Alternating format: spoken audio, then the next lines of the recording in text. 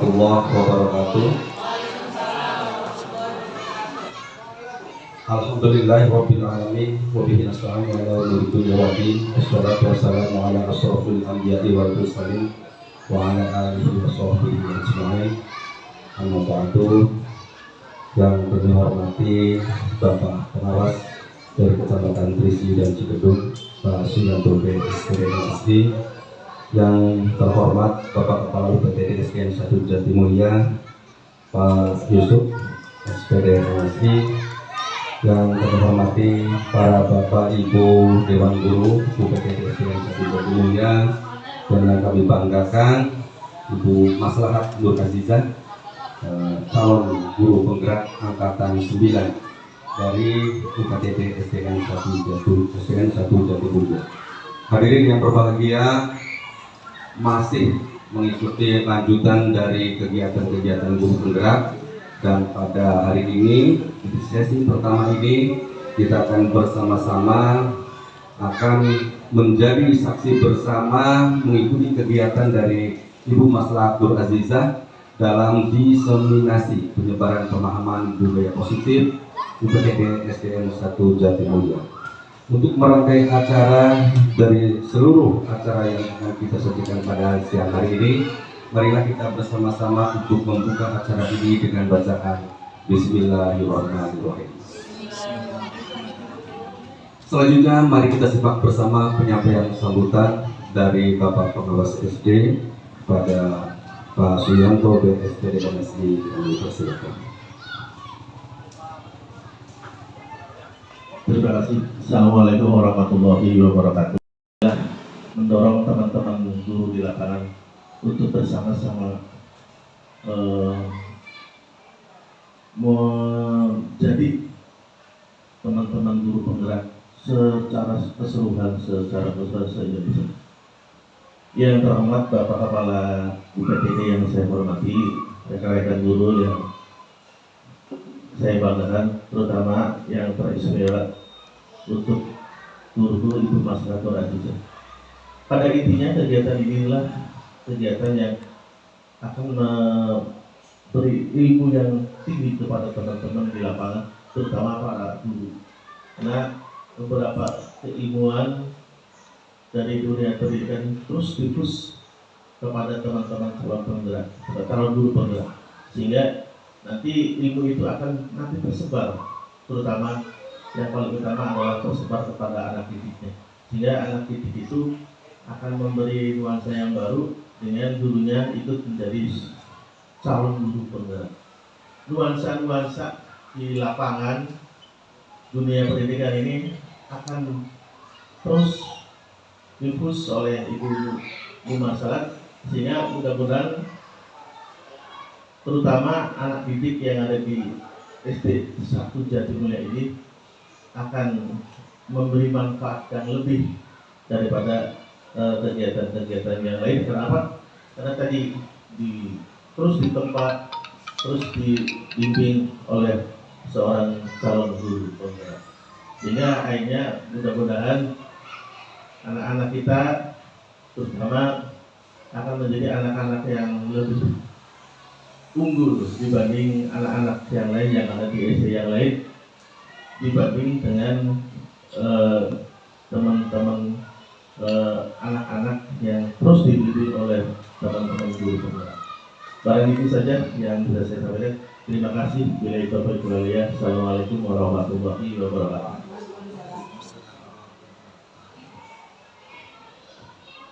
Demikian penyampaian sambutan dari Bapak Pengawas tingkat Kecamatan Trisi dan Cikedung yang telah disampaikan oleh Bapak Suyanto SPDMSI. Dan selanjutnya mohon dengan hormat Bapak Kepala UPTD SDN 1 Jatimulya untuk menyampaikan sambutan.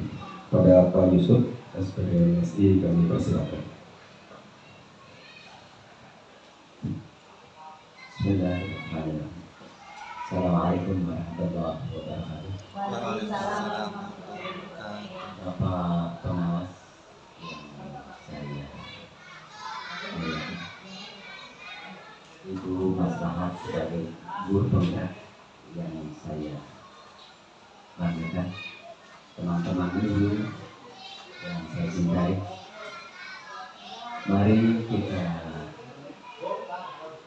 berterima kasih pada Allah Subhanahu wa Ta'ala dengan nuansa yang ada sekarang ini, dengan ada nuansa guru tengah.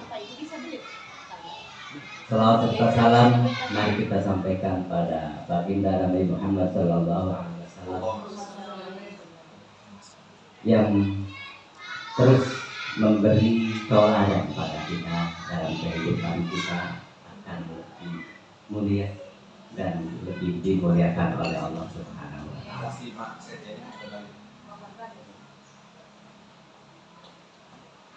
Sahabat-sahabat semua, hari ini kita masuk session Ibu Maslahat. Dalam hari ini adalah tentang perilaku atau budaya positif. Dalam hal ini mari kita terus belajar dan belajar, khususnya yang sedang dicetak. Dalam hal ini Ibu Maslahat dicetak menjadi guru penggerak sehingga hasilnya bisa lebih terrasakan, hasilnya bisa dirasakan oleh Ibu Maslahat sendiri maupun guru-guru yang lain, terutama untuk anak-anak kita sebagai penerus bangsa ini. Ibu Maslahat yang saya muliakan, teruslah ikuti pembekalan untuk menjadi guru penggerak ini. Ikuti terus sehingga hasilnya bisa benar-benar dikuasai dan akhirnya bisa diterapkan pada diri kita, guru-guru yang ada di Jatimulya 1 ini, umumnya untuk anak-anak Jatimulya, sehingga nuansa yang terus bergulir dikembangkan ini benar-benar manfaat, benar-benar bisa dirasakan oleh kita semua. Selanjutnya saya titip dalam hal ini utamakan karakter diri kita maupun karakter anak-anak kita atau akhlak anak-anak kita kira-kira lebih baik dan lebih mulia ke depan. Itu saja dari saya. Mohon maaf apabila ada kekurangan. Wassalamualaikum warahmatullahi wabarakatuh.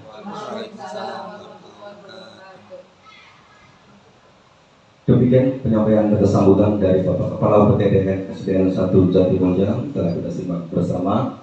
Dan untuk selanjutnya mari kita simak kembali penyampaian kegiatan aksi nyata diseminasi penyebaran pemahaman budaya positif UPTD SDN 1 Jatimulya yang akan disampaikan oleh Ibu Maslahat Nur Azizah. Kepada beliau kami persilakan untuk menyampaikan materi.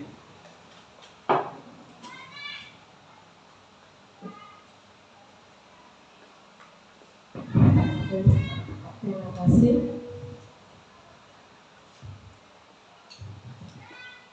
Assalamualaikum warahmatullahi wabarakatuh. Waalaikumsalam warahmatullahi wabarakatuh.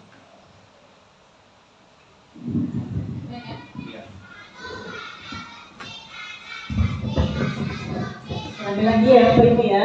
Assalamualaikum warahmatullahi wabarakatuh. Waalaikumsalam warahmatullahi wabarakatuh.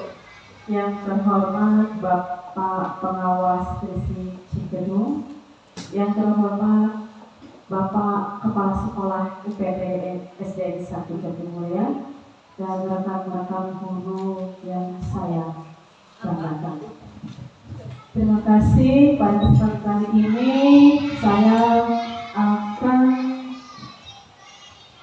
saya mendapat tugas dari pendidikan guru penggerak, itu adalah di modul 1.4, yaitu budaya positif.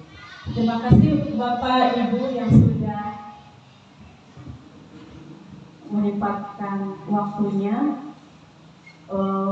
menyempatkan undangan untuk saya melaksanakan tugas diseminasi penyebaran pemahaman budaya positif UPTD SDN 1 Jatimulya. Salam bahagia Bapak Ibu guru. Selamat pagi. Kok sepi ya? Selamat, ulangi lagi. Selamat pagi. Salam dan bahagia. Bapak Ibu masih semangat? Masih semangat. Untuk kesempatan ini saya akan menyampaikan poin dari eksplorasi konsep budaya positif.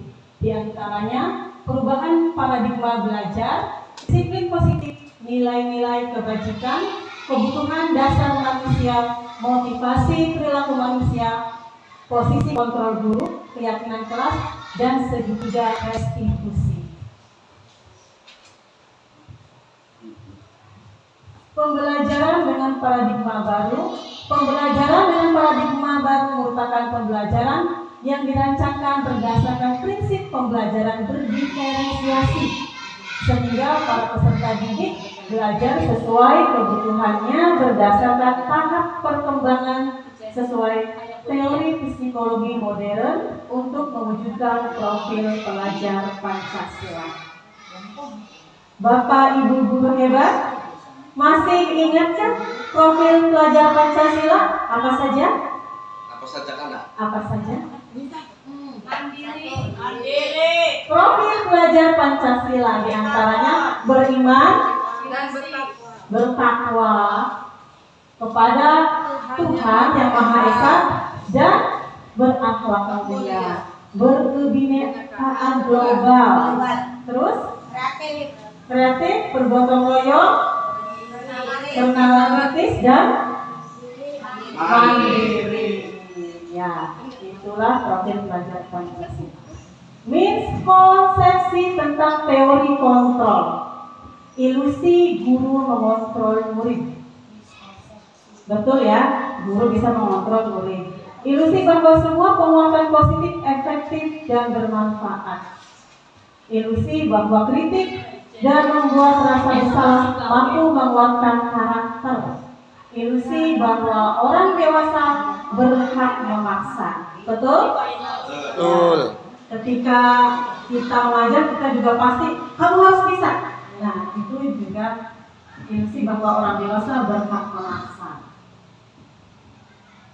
Perubahan paradigma stimulus respon, teori kontrol, teori pilihan. Siapa sesungguhnya yang memiliki kontrol?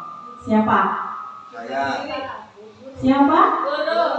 Guru atau diri sendiri. Kalau orang lain tuh yang mengontrol itu dirinya sendiri. Kita mencoba mengubah orang agar berpandangan sama dengan kita. Teori kontrolnya, kita berusaha memahami pandangan orang lain tentang dunia. Perilaku buruk dilihat sebagai suatu kesalahan. Semua perilaku memiliki ujian. Stimulus respon, orang lain bisa mengontrol saya. Teori kontrolnya, hanya Anda yang bisa mengontrol diri Anda. Saya bisa mengontrol orang lain, tapi Anda tidak bisa mengontrol orang lain. Pemaksaan ada pada saat rujukan gagal. Kolaborasi dan konsensus menciptakan pilihan-pilihan baru. model berpikir menang atau kalah, model berpikir menang. Nah, yang terakhir itu harus menang. Disiplin positif. Disiplin positif berasal dari kata disiplina yang artinya belajar. Disiplin mengacu pada disiplin diri yang merujuk tanggung jawab terhadap apa yang dilakukannya berdasarkan nilai-nilai yang diyakini. Disiplin positif merupakan salah satu cara penerapan disiplin yang bertujuan untuk menumbuhkan kesadaran serta memberdayakan peserta didik tanpa imbalan penghargaan atau reward, ancaman atau hukuman.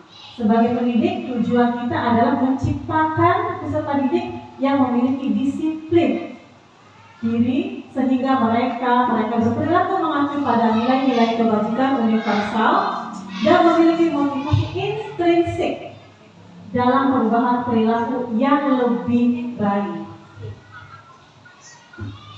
Nilai-nilai kebajikan, nilai yang disepakati bersama lepas dari suku, bangsa, agama, bahasa maupun latar belakangnya. Contoh nilai kebajikan institusi organisasi. Profil pelajar Pancasila. Nilai kebajikannya adalah beriman dan bertakwa pada Tuhan Yang Maha Esa dan berakhlak mulia, berkebinekaan global, gotong royong, mandiri, kreatif, dan bersalah kritis. Primary Years Program. Kebajikannya toleransi, rasa hormat, integritas, mandiri, menghargai, antusias, empati, keingin-tahuan, kreativitas, kerjasama, dan percaya diri. Keterampilan hidup atau life skill dapat dipercaya, lurus hati, pendengar yang aktif, tidak merendahkan orang lain, dan memberikan yang terbaik dari diri. Nah, ini kebutuhan dasar manusia. Kebutuhan dasar manusia adalah segala sesuatu yang kita lakukan untuk mendapatkan apa yang kita inginkan. Seluruh tindakan yang kita lakukan memiliki tujuan tertentu. Dan semua usaha terbaik yang kita lakukan adalah dalam rangka agar kebutuhan dasar kita terpenuhi dengan baik. Nah, inilah kebutuhan dasar manusia. Apa saja? Satu, bertahan hidup, kasih, sayang, dan rasa diterima, penguasaan, kebebasan, dan kesenangan. Contoh bertahan hidup: makan, pakaian, tempat tinggal, keamanan, kesehatan. Kira-kira contohnya apa dalam sehari-hari ini? Dalam pembelajaran? Apa? Misalnya ada anak terlambat, kita tanya dulu, "Nah, kenapa? Bu, saya habis bantu orang tua dagang ke pasar." Nah, setelah itu pulang lalu sekolah. Akhirnya sekolahnya kesiangan, terlambat. Nah, bagaimana itu? Itu adalah kebutuhan bertahan hidup. Karena apa? Karena tadi membantu orangnya berjualan. Itu kan menghasilkan uang. Uangnya untuk apa? Untuk makan, untuk keperluan hidup. Jadi anak tersebut kebutuhan bertahan hidupnya itu belum terpenuhi. Contoh tadi misalnya Bimbing di kelas Ibu Su misalnya sedang mengadakan makan bersama, tapi ada salah satu anak yang tidak membawa makanan atau tidak membawa bekal. Dia meminta temannya dengan memaksa. Nah, itu bagaimana? Ya, supaya temannya tidak takut, itu harus bagaimana? Anak-anak yang lainnya tuh harus berbagi. supaya berbagi. Ya, Bisa teman-temannya harus berbagi. Tapi kita tanya dulu, alasannya kenapa si Bim ini melakukan hal tersebut? Kenapa dia merebut makanan? Berarti dia kebutuhan dasar bertahan hidupnya tidak terpenuhi karena dia lapar. Dia lapar, dia ingin makan. Lalu dia meminta temannya. Tapi kenapa sampai temannya takut? Itu ada di penguasaan. Harga diri, keinginan untuk dianggap. Nah, itu yang merebutnya. Nah, untuk selanjutnya kasih, sayang, dan rasa diterima.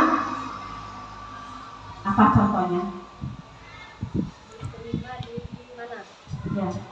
Yang merasa anak itu dalam pembelajaran membutuhkan kebutuhannya itu kasih sayang dan rasa diterima. Contohnya apa? Dalam pembelajaran. Sering di kelas saya juga sering. Contohnya di kelas Bu ini ya Bu ya. Ada kan anak yang telah menulis, tapi dia pengen dideketin sama ibu gurunya. Alasannya tidak bisa atau apalah. Nah, dia itu ingin didekati sama ibu ini. Dia pengen perhatian, pengen, oh kenapa saya, kenapa kamu? Dia punya alasan pendekatan. Itu dia kebutuhan dasar kasih sayang dan rasa diterimanya itu kurang. Karena dia tidak dianggap karena tidak bisa, Bu Caininya, ya sudahlah kamu nggak bisa. Nah, padahal dia itu butuh kasih sayang dan rasa diterima. Seperti itu, kurang perhatian. Bisa juga kita panggil orang tuanya. Kita konsultasi dengan orang tuanya, ini anak kenapa? Jadi anak itu merasa dianggap, ya, merasa diterima oleh kita. Selanjutnya, penguasaan, harga diri, keinginan untuk dianggap, memimpin, berpartisipasi, diakui dan didengar. Itu contohnya apa ya?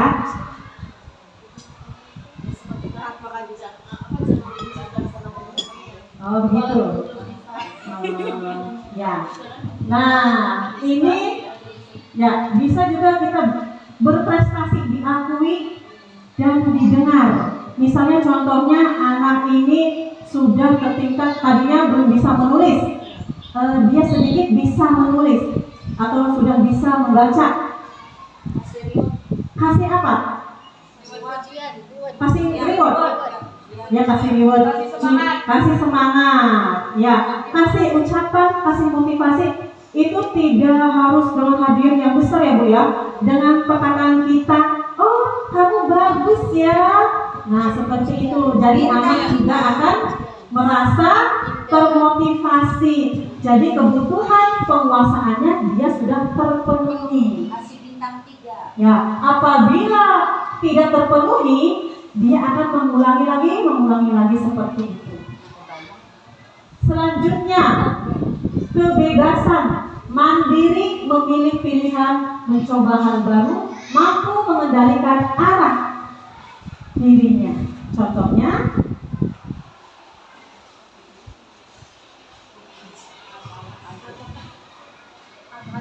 mandiri, memilih pilihan.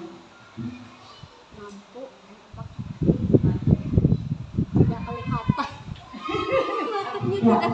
Ini kebebasan itu contohnya misalnya anak membuang sampah sembarangan. Dia sukanya bodoh. Dia itu pelakuannya itu negatif ya Bu ya, kurang baik. Berarti kebutuhan kebebasannya kurang terpenuhi. Dia seharusnya membuang sampah pada tempatnya. Atau kebebasan itu memilih misalnya mewarnai, kamu harus mewarnainya harus seperti ini, tapi dia tidak suka, dia sukanya yang dia suka sendiri, tidak mau diarahkan dengan atau disamakan dengan orang lain. Itu kebebasan. Lalu kesenangan, kebutuhan dasar kesenangan, bermain, humor, antusiasme dan tertawa. Contohnya ketika kita mengajak mereka bermain. Terus atau suka ada anak yang suka iseng Bu ini? Ada. Suka nyolek ibu. Lalu ibunya tertawa apa marah? Tertawa itu merupakan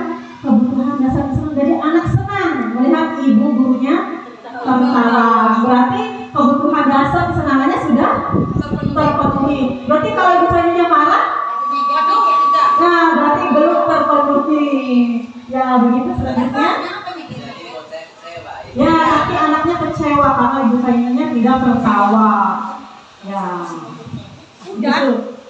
Motivasi perilaku manusia. Motivasi merupakan dorongan yang timbul pada diri seseorang secara sadar atau tidak sadar untuk melakukan sesuatu tindakan dengan tujuan tertentu, menghindari ketidaknyamanan dan hukuman. Murid melakukan disiplin diri karena ia takut dihukum. Ini merupakan motivasi ekstrinsik. Ya, mendapatkan imbalan atau penghargaan dari orang lain. Murid melakukan disiplin diri karena dia ingin mendapat imbalan. Ini merupakan motivasi ekstrinsik. Menghargai nilai-nilai kebajikan diri sendiri. Murid melakukan disiplin diri karena sadar akan nilai kebajikan dirinya. Ini merupakan motivasi intrinsik. Berarti perbedaannya, kalau intrinsik itu dalam diri, kalau ekstrinsik itu dari luar. Nah, konsep hukuman, konsekuensi, dan restitusi. Hukuman tidak terencana atau tiba-tiba. Murid tidak tahu apa yang akan terjadi, tidak dilibatkan. Bersifat satu arah, berupa hukuman fisik atau psikis. Konsekuensi terencana, disepakati sesuai alur, murid tetap dibuat tidak nyaman. Sikap guru selalu memonitor murid. Restitusi, proses menciptakan kondisi bagi murid untuk memperbaiki kesalahan sendiri. Proses kolaboratif yang mengajarkan murid untuk mencari solusinya sendiri. Jadi kita maunya yang mana ya? Memakai konsep yang mana? Hukuman, konsekuensi, atau restitusi? Restitusi. Setuju ya? Ya. Ya, restitusi. Restitusi itu menciptakan kondisi bagi murid untuk memperbaiki kesalahan sendiri. Kolaboratif yang mengajarkan murid untuk mencari solusinya sendiri. Jadi dia dari dirinya sendiri. Perbedaan, ini contoh kasusnya ya. Contoh kasus, siswa sering tidak membuat PR. Siswa sering tidak membuat PR. Nah, kita pakai hukuman. Guru karena tidak mengerjakan PR, guru menghukum murid dengan berdiri di depan kelas selama 10 menit. Guru marah, murid menjadi takut. Karena kita sering marah, jadi muridnya takut. Siapa yang seperti itu? Ibu Intan. Ya, guru dari guru penggerak. Ya, silakan Ibu Intan daftar ya. Selanjutnya konsekuensi. Guru memberikan konsekuensi mengerjakan PR 3 kali lipat. Konsekuensinya. Mari ya Bu ya. Berarti sebelumnya seperti itu. Lalu guru tegas dan murid menghormati peraturan. Dulu saya seperti itu, tegas. Anak harus menurut sama saya. Selanjutnya restitusi. Guru menanyakan keyakinan kelas dirinya dan membantu murid menyelesaikan masalah. Guru terbuka dan murid menghormati dirinya dan orang lain. Itulah restitusi. Jadi kita mau makanya yang mana? Setelah tahu berarti kita pakai restitusi ya. Sebelumnya hukuman atau konsekuensi ya. Nanti kita akan perbaiki lagi ya Bu ya. Selanjutnya tindakan guru nih. mencatat 100 kali. Saya tidak akan terlambat lagi, Bu. Itu termasuk hukuman. Lari mengelilingi lapangan 2 kali. Kalau terlambat itu hukuman juga. Murid diminta push up 15 kali karena menggunakan tidak menggunakan masker atau kesalahan apa. Itu hukuman. Nah, menggantikan kertas tugas teman yang telah dicoret-coret itu konsekuensi. Jadi kamu ini merusak punya teman, jadi kamu harus mengganti. Itu namanya konsekuensi. Membersihkan tumpahan air di meja tulis karena tersenggol pada saat belajar. Membersihkan tumpahan, berarti itu konsekuensi karena telah menumpahkan air di meja. Murid disuruh untuk tidak mengenakan sepatu sehari di sekolah karena tidak mengenakan sepatu hitam. Apa? Hukuman karena kesalahan pakai sepatu. Lalu lari mengelilingi lapangan basket 2 kali karena terlambat 10 menit untuk pelajaran PJOK. Tidak berangkat gurunya. Lari mengelilingi lapangan basket. Terlambat belum? Hukuman. Yang terakhir konsekuensi. Ya, karena terlambat. Ada video, Bu?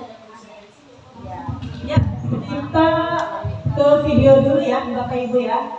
Perhatikan video berikut tentang 5 posisi kontrol. Ada penghukum, pembuat orang merasa bersalah sebagai teman, pemantau dan manajer. Untuk lebih memahami kelima posisi tersebut, mari kita saksikan kasus Naren yang terlambat hadir 20 menit di sekolah dan melihat bagaimana kelima posisi kontrol dalam menghadapi masalah tersebut.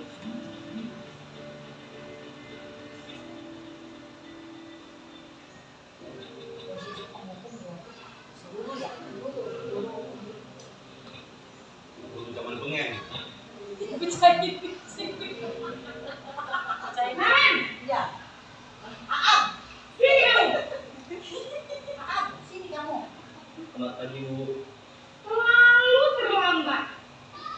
Kamu deh, pasti terlambat. Maaf, Bu. Saya Apa?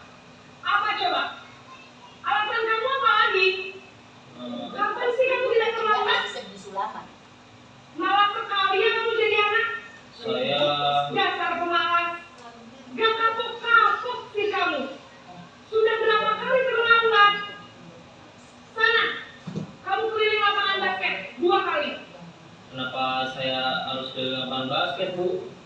Kenapa? Kamu melawan ibu. Berani-beraninya jawab. Sudah terlambat, masih berani jawab pula. Sekarang, keliling lapangan basket 5 kali sekalian. Biar kapok. Cepat. Pergi sana ke lapangan basket. Posisi penghukum biasanya berbicara dengan nada tinggi, menghardik, menunjuk-nunjuk, menyakiti, dan menyindir. Hukuman bisa berupa fisik maupun psikis. Ibu dan bapak guru hebat. Dampak yang terjadi pada murid ketika guru berada pada posisi penghukum adalah murid cenderung akan memberontak, bahkan menyimpan dendam.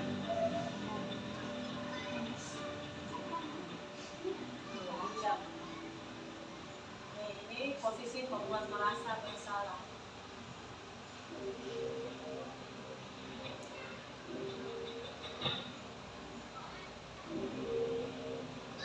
Naren!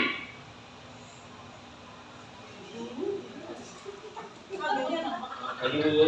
Kau rambukan. Kamu kenapa terlambat lagi, nak? Ya Tuhan, Naren. Kamu senang ya bikin ibu susah ya? Kalau kamu terlambat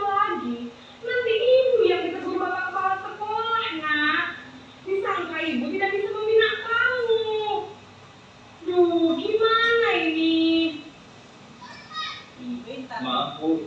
Lu Gusti Naren. Kamu suka ya kalau ibu ditegur bapak kepala sekolah?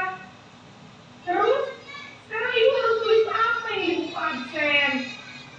Ini kamu sudah sering terlambat loh. Ibu harus apa coba? Maaf Bu. Maaf sekali. Ya sudah, lain kali jangan bikin ibu susah lagi ya nak ya. Ibu tidak akan kuat lagi kalau kamu begini terus. Bisa jantungan kalau ibu ditegur bapak kepala sekolah. Karena bukan kelas. Maaf ya Bu. Maaf sekali. Posisi pembuat rasa bersalah berbicara dengan nada tenang, cenderung lembut. Namun kata-kata yang diutarakan membuat murid merasa menjadi orang yang gagal.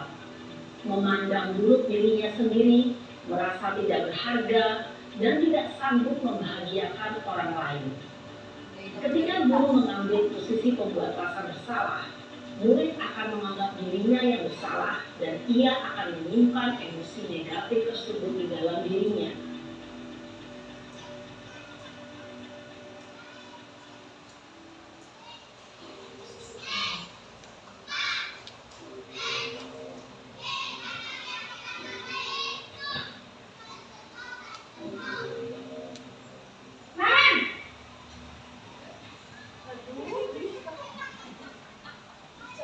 Apa Bu? Wah, sudah jam berapa ini nak? Terlambat lagi ya sayang. Iya Bu. Habis ibu saya lupa bangunkan saya Bu. Kamu malah menyalahkan ibu kamu. Kamu bukannya anak yang larinya paling kencang. Kok terlambat sih? Iya Bu. Saya memang terlambat bangun tadi. Jadi biarpun saya lari kencang, tetap gak kesenja Bu. Ya sudah sana. Nanti lain kali larinya lebih kencang lagi ya.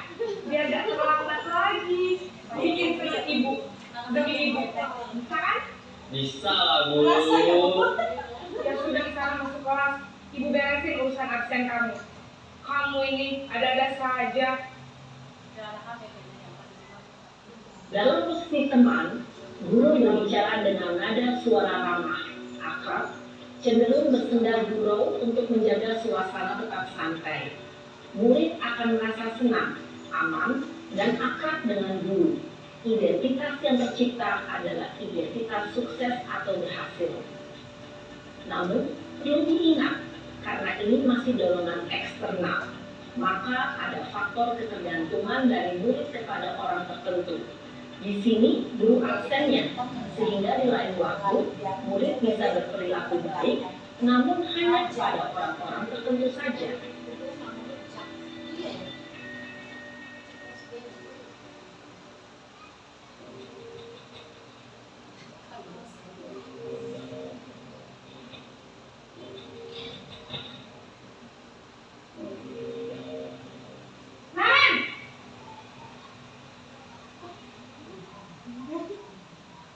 Pagi Bu.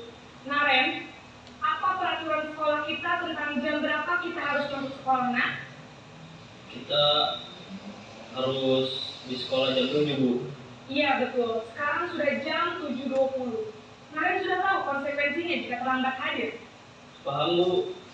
Saya harus tinggal kelas pas jam istirahat selama 20 menit. Iya benar, konsekuensinya demikian. Jadi nanti jam 9.30 pas istirahat, kamu harus tinggal di kelas, kerjakan tugas tambahan untuk ketertinggalan kamu, ya? Baik Bu. Posisi pemantau mengandalkan penghitungan atau data untuk mengontrol murid. Guru mengarahkan murid berdasarkan peraturan dan konsekuensi. Seorang pemantau menunjukkan bahasa tubuh dan ekspresi wajah yang datar dan cenderung formal.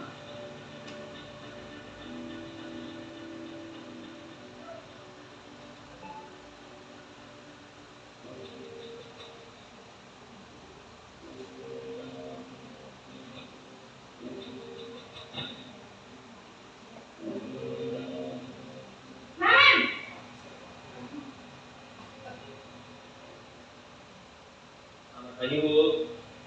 Selamat pagi Naren. Maaf Bu. Yuk, Bapak Ibu guru hebat masih semangat? Masih. Terima kasih. Bapak Ibu, saya mau ada tebak-tebakan. Hewan apa?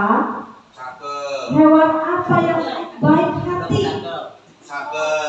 Hewan apa yang baik hati, Bapak Kepala Sekolah? Hewan, Bu. Ya, hewan.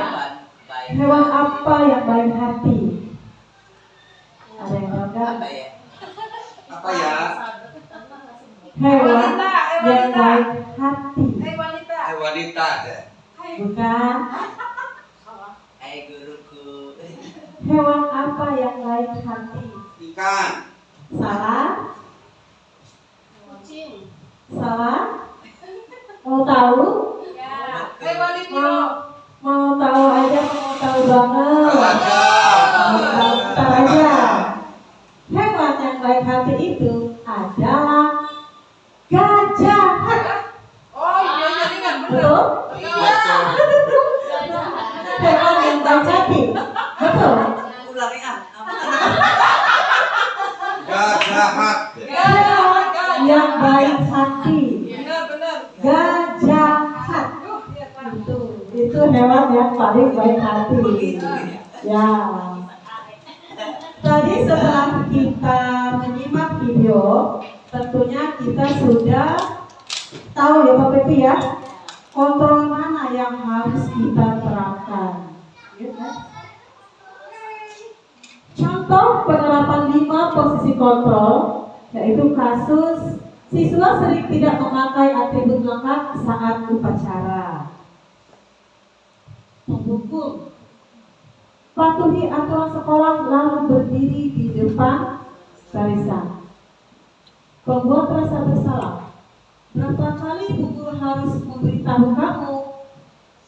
Bu Guru kecewa pada kamu. Itu adalah posisi kontrol membuat rasa bersalah. Jadi anak itu merasa bersalah, dia menyalahkan dirinya karena tidak bisa membahagiakan orang lain. Sebagai teman, posisi kontrol sebagai teman, ayolah tertib, ayolah yang tertib, buat Ibu Guru bangga. Kali ini tidak apa-apa kamu salah. Itu adalah posisi kontrol sebagai teman, seperti yang kita tadi sudah simak videonya. Tapi efektif tidak ini? Masih kurang. Kalau kita memakai posisi kontrol sebagai teman, Masih yang kurang. efektif ya, Ya. karena anak itu hanya menurut kepada kita yang dia anggap teman, tapi belum tentu dengan guru lainnya dia bisa menerima, bisa mengikuti. Selanjutnya posisi kontrol pemantau. Kamu sudah melanggar. Apa peraturan dan konsekuensinya? Itu adalah pemantau. Kalau yang saya terapkan selama ini, saya menggunakan posisi kontrol pemantau. Kalau yang lainnya apa? Manajer orang mah beli manajeran mah. Untuk selanjutnya posisi kontrol manajer. Apakah kamu tahu kesalahanmu? Kira-kira bagaimana kamu memperbaiki kesalahanmu? Itu adalah posisi manajer. Jadi kita itu menanyakan apa kamu salah apa. Nah, kira-kira bagaimana kamu memperbaikinya? Seperti itu kontrol manajer. Yang diharuskan apa ya Pak Isi ya? Coba Bapak Kepala Sekolah, kira-kira posisi kontrol yang mana yang harus kita terapkan?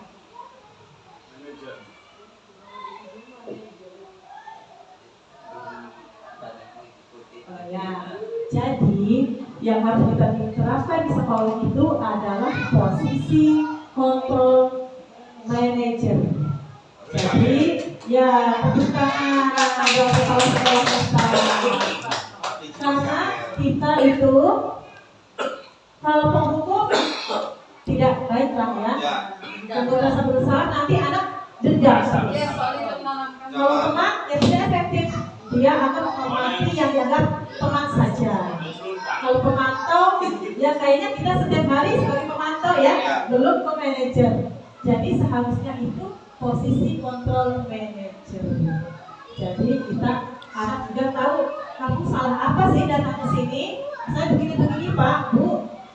Kamu seharusnya harus bagaimana untuk memperbaiki kesalahan kamu. Itu yang harus kita terapkan ya di sekolah kita, yaitu dengan posisi manajer. Keyakinan kelas. Sebelumnya Bapak Ibu sudah membuat kesepakatan kelas belum? Sudah. Apakah sudah diyakini oleh anak-anak kesepakatan kelas tersebut? Belum. Sudah dijalankan kesepakatan kelasnya? Kalau kita sudah membuat kesepakatan kelas, itu harus dibuat lagi keyakinan kelas. Apa sih perbedaannya? Kesepakatan dan keyakinan kelas itu harus dibuat bersama murid dan siswa, murid dan guru sama, murid dan guru itu harus sepakat. Anak-anak, kita akan membuat kesepakatan kelas. Kira-kira apa ya? Ya Bu, jangan makan di dalam kelas atau tidak boleh mengobrol waktu Ibu menjelaskan ya saat belajar. Nah, itu kesepakatan kelas. Setelah membuat kesepakatan kelas, itu kita harus yakini dulu anak-anaknya. Itu keyakinan kelas itu meyakini bahwa kita harus menerapkan disiplin di kelas atau di sekolah. Bagaimana pembentukan keyakinan kelas? Lebih abstrak dari peraturan, berupaya pernyataan universal dibuat dalam bentuk positif sedikit saja agar mudah dipahami, sesuai dengan kondisi kelas dan sekolah agar mudah diterapkan. Semua warga kelas dilibatkan saat membuat keyakinan kelas tersebut. Jadi anak-anak, kenapa kamu membuang sampah sembarangan? Saya lupa Bu. Nah, peraturan apa yang ada di kelas kita, keyakinan apa yang harus kamu terapkan? Disiplin Bu. Kenapa kamu tidak melakukan disiplin tersebut? Karena anak tersebut tidak meyakini kalau mereka itu membuang sampah, tidak pada tempatnya itu tidak diyakini. Kalau mereka meyakini itu dia akan membuang sampahnya pada tempatnya. Jadi peraturan tersebut tidak diyakini. Ya, kesepakatan kelas dan keyakinan kelas. Kalau keyakinan kelas itu harus anak harus meyakini peraturan yang ada di dalam kelas yang mereka buat. Segitiga restitusi, suatu proses dialog yang dijalankan oleh guru agar dapat menghasilkan murid yang mandiri dan bertanggung jawab. Pertama, menstabilkan identitas. Kedua, validasi tindakan yang salah. Tiga, menanyakan keyakinan.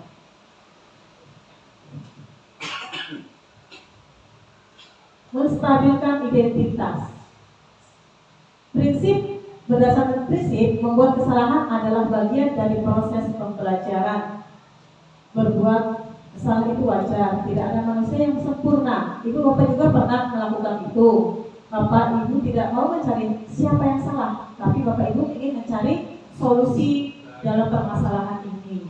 Kamu berhak merasa begitu. Itu adalah menstabilkan identitas. Misalnya ada kasus anak yang terlambat atau males lah begitu. Seperti yang kemarin membuli ya, misalnya memukul temannya. Kamu tahu nggak dipanggil ke kantor? Tidak tahu Bu. Katanya kamu memukul si A. Ya Bu, karena dia mengganggu saya saat saya belajar. Dia terus mengganggu, mencoret-coret buku saya. Nah, apa yang kita jawab? Ini. Oh, wajar kalau kamu marah. ibu juga pernah marah. Nah, begitu mengatasinya. Tidak ada manusia yang sempurna. Begitu. Ya, itu menstabilkan identitas. Ya, lanjut. Validasi tindakan yang salah. Memahami kebutuhan mendasari tindakan anak berbuat kesalahan. Kamu pasti punya alasan kenapa melakukan hal tersebut. Kamu patut bangga pada diri kamu sendiri karena kamu tidak melindungi sesuatu yang penting buatmu. Kamu boleh mempertahankan sikapmu, tapi kamu harus menambahkan sikap yang baru. Misalnya tadi kasus tadi ya, kamu punya alasan. Jadi anak tersebut kan punya alasan. Tanya dulu alasannya, jawab langsung kita marah. Jadi tanya dulu. Kamu pasti punya alasan tertentu kenapa kamu marah. Kenapa kamu tadi memukul si A? Lalu dia punya alasan sendiri. Ya. Tadi kenapa saya memukul itu karena Kak diganggu gitu. Nah, lalu menanyakan keyakinan. Berdasarkan prinsip teori kontrol bahwa pada dasarnya kita termotivasi secara intrinsik. Tadi apa intrinsik? Dari dalam dari diri kita. Apa keyakinan kelas kita? Nilai-nilai apa yang telah disepakati bersama? Seperti apa gambaran sebuah kelas yang ideal menurut kamu? Kamu ingin menjadi orang yang seperti apa? Lanjut dari kasus tersebut tadi ya. Tadi kan membuat keyakinan kelas ya. Jadi keyakinan kelas, kira-kira keyakinan kelas apa yang kamu langgar? Misalnya tadi memukul teman, berarti apa?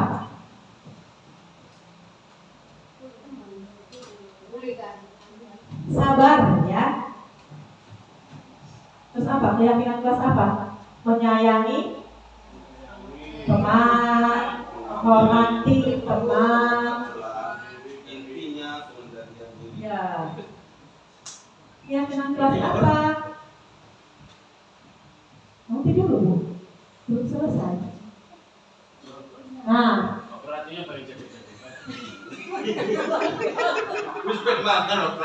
keyakinan kelas yang kita buat tadi, apa yang kamu langgar? Misalnya disiplin Bu. Nah, disiplin. Nah, ya, seperti apa gambaran? Berarti kamu harus bagaimana kalau kamu melanggar disiplin? Dia tentunya akan, saya harus lebih bersabar lagi Bu. Saya harus lebih menyayangi teman, menghormati teman. Nanti dia akan seperti itu.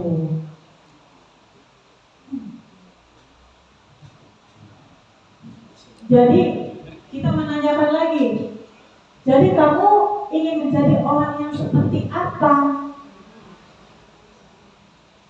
Paling yang apa ya Bu ya? Berarti saya harus bersabar lagi. Nah begitu. Jadi mengatasi masalah dengan menggunakan segitiga restitusi. Apa tadi yang pertama masih ingat? Apa? Menstabilkan identitas. Yang kedua, apa tadi? Ayo, apa tadi? Apa Winter? Yang pertama menstabilkan identitas, kedua validasi tindakan yang salah, ketiga menanyakan keyakinan. Itu digunakan ketika kita menghadapi anak yang bermasalah. Pertama, apa, salah apa. Kedua, dengan validasi tindakan yang salah. Terus terakhirnya, yang apa yang dilanggar. Terus. Nah, iya.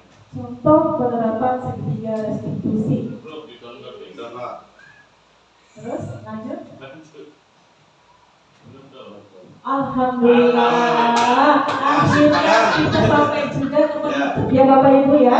Siap. Penutup dalam penerapan disiplin positif hendaknya memiliki standar kepribadian profesional dan sosial yang baik, di mana guru mampu merefleksi dirinya dalam posisi kontrol saat ini. Bagaimana perjalanan dirinya sebagai AMO atau manajer yang menuntun murid-muridnya menjadi insan yang mandiri, merdeka, dan bertanggung jawab. Standar nasional pendidikan dan sesuai profil pelajar Pancasila. Terima kasih. Belum, masih ada. Saya punya kertas post-it. Silakan diisi.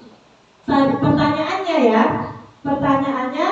selama ini kita menggunakan posisi kontrol sebagai apa? Orangnya nomor siji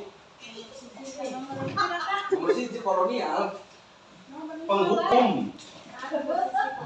Silakan. Dikasih nama ya. Sejen go, nomor siji bae. Silakan di 5 posisi kontrol. Selama ini dikasih nama enggak, Bu? Dikasih nama. Posisi kontrol apa yang selama ini kita gunakan? Yang macam-macam ya di sini. Nama saja di sini kan. Ya. Dikasih nama, jangan lupa. Jangan sampai salah. Posisi kontrolnya pewaceng gitu. Silakan. Terus sebagai apa? Lalu dikasih nama. Lalu di bawahnya seharusnya saya sebagai kontrol apa? Sebagai apa? Apakah pemantau, manajer? Pilihan pertama adalah yang sehari-hari kita lakukan, dan selanjutnya seharusnya yang bagaimana? Udah. Sini, maju. Nana. Maju. Nana Juam. Apa ini? Posisi kontrol sebagai teman.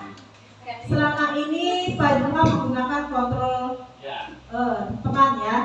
Teman tapi mesra, Bu. Teman tapi mesra. Ya. Seharusnya posisi manajer.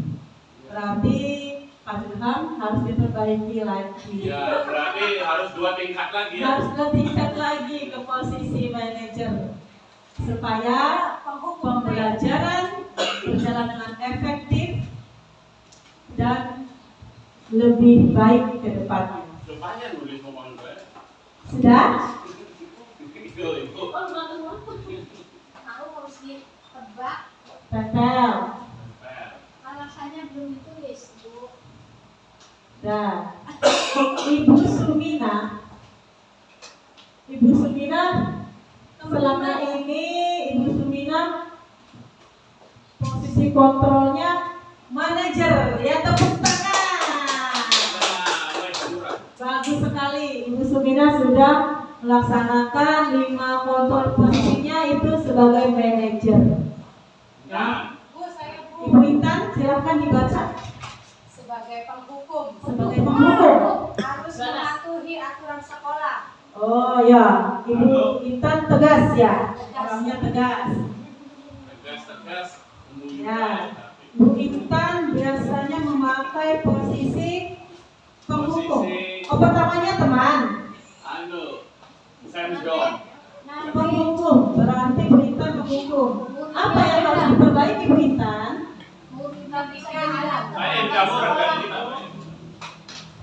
Anak tidak mengikuti upacara. Waduh, karena guru Ya. Anak tidak mengerjakan PR. Ya. Berarti selama ini Ibu Intan yang digunakan itu kontrol penghukum ya? Ya. Apa? harus diperbaiki atau tidak? Harus diperbaiki karena Harus biar diperbaiki. mereka jerah dan mengerti mengapa mereka harus. Lagu Nisa pakai jerah. Ya. Agnes. Pak Iin. Mana Pak Iin? Awas kan genggam.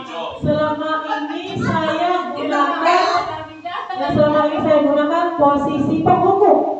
Sering menghukum murid dan kalau tidak setor hafalan, wah hebat ini. Ya, Pak Iin berarti kuat. Ayo dong. Kuat mental. Ya, apakah setelah mempelajari 5 posisi kontrol ini pandangannya apa Pak Iin? Mbak, tetap yang bagus itu Bu, kalau tradisi pesantren yang anak kalau tidak apa lo cukup. Seperti itu. Ya, antara badak gak mana leha-leha mah. Versi guru agama. Ya, versi guru agama. Guru agama. Kalau versi Ibu Lia bagaimana? Ya, Mama Lia. Mama Lia. Sebelumnya ke pemantau. Ya. Nah, sekarang harus diperbaikinya ke manajer agar anak lebih mandiri atau ada introspeksinya dari apa yang ia lakukan. Memperbaiki dari kesalahan ya. Pencitraan buku Ya, Bu. betul. Jadi kita harus menggunakan posisi kontrol manajer supaya anak-anak juga merasa nyaman belajarnya gitu. Jadi kita harus memperbaiki kesalahan dari sebelumnya agar kedepannya lebih baik lagi. Terima kasih Bapak Ibu hebat. Hari ini sudah selesai, luar biasa, sangat luar biasa sekali. Tepuk tangan untuk kita semua. Tepuk tangan semuanya ibu guru hebat. Revisi jaya. Terima kasih, silakan pada Bapak moderator untuk menutup acara.